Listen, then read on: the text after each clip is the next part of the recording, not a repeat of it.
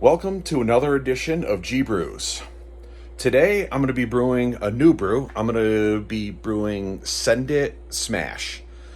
This is going to be 16 and a half pounds of pale ale malt, and then it is 6 ounces of Citra hops. So recipe wise is pretty simple. But I've never brewed something quite this high. I'm going to be targeting around a 7.2, 7.3% alcohol with an IBU right around 70, maybe a little bit under that. So let me show you what I got so far. So I'm starting with 8.5 gallons. I'm just warming that up. And from the class I just finished at Cornell on water chemistry, I'm adjusting the pH. Adding some Epsom salts, calcium chloride, and calcium sulfate to try to get a better water profile. Hopefully that'll help with the brewing. And then there's this. This is the biggest amount of grains I have ever put into a batch. So I used the grain mill right there. It took 3 loads of the hopper in order to fill that bucket up. This is all, you can see, it is all New York craft malt, pale ale malt. And that is 16 and a half pounds of uncracked grain. So this is going to be a really big load into this pot, and it's going to be interesting to see how this goes. I'm also trying something different. I'm increasing my water content at the very beginning, and my goal is to not sparge, but I might end up having to, just because I want to make sure I get all the sugars off as possible. But I will bring you along. Right now we're just waiting for the water temperature to go. I'm actually heating it up to 153 degrees. And then when I put the grain in, I'll drop it to 145 or 149, because the grain's obviously colder. And I'm going to hold a 60-minute mash at 149.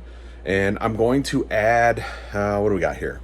0.6 grams of calcium chloride, 4 grams of Epsom salt, 0.7 grams of gypsum, 5 milliliters of lactic acid to lower the pH, and that'll all be once I put the grain in. So we'll see how it goes. All right, so the mash is started. Start my timer. There we go. So I put all 16 and a half pounds of grain in. I put the water additives, and I also put some phosphoric acid in there to lower the pH. As you can see, it's a very, very full batch. I actually think I could probably top out at about 8 gallons of water. I actually had to hook up my hoist to lift the grain basket out a little bit just so there was an edge while I was loading. I think I'm going to slowly lower it as the grains absorb the water.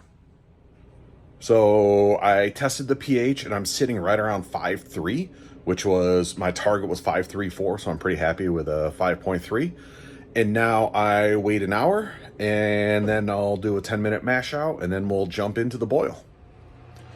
Well, we've completed the mash. I did a 60-minute mash at about 147, because it was like sitting at 147, then going up higher, and I was really targeting 149. And then I did a 10-minute mash out at 170. And now we're sitting here boiling away. We've already done the break where the foam started and it broke down.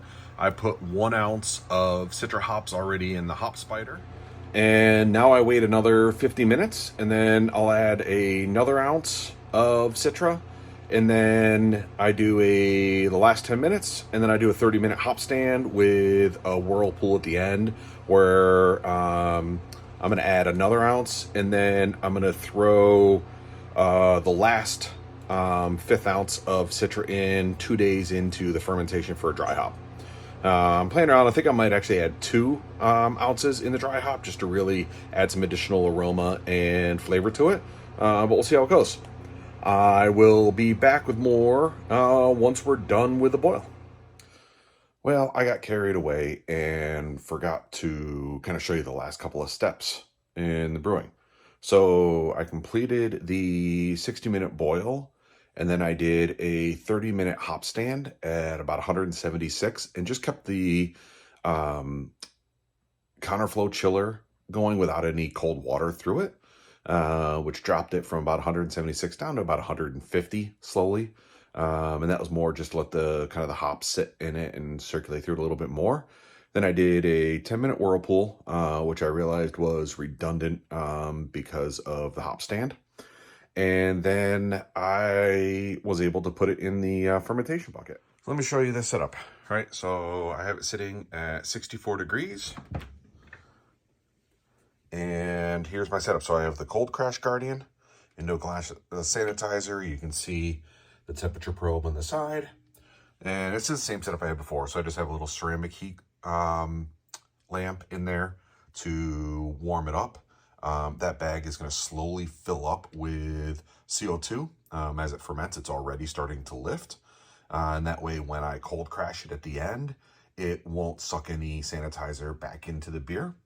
And yeah, that's my setup for fermentation. So I'm going to ferment at 64 degrees for 3 days, and then I'm going to do a dry hop. I'm going to add 1 or 2 ounces of Citra hops, and then I'm going to let it come up to about 68 degrees for 6-7 days or so, and then I'm going to cold crash it and keg it, and should be ready to go. From a aroma perspective, this is definitely one of the better beers that I've made so far.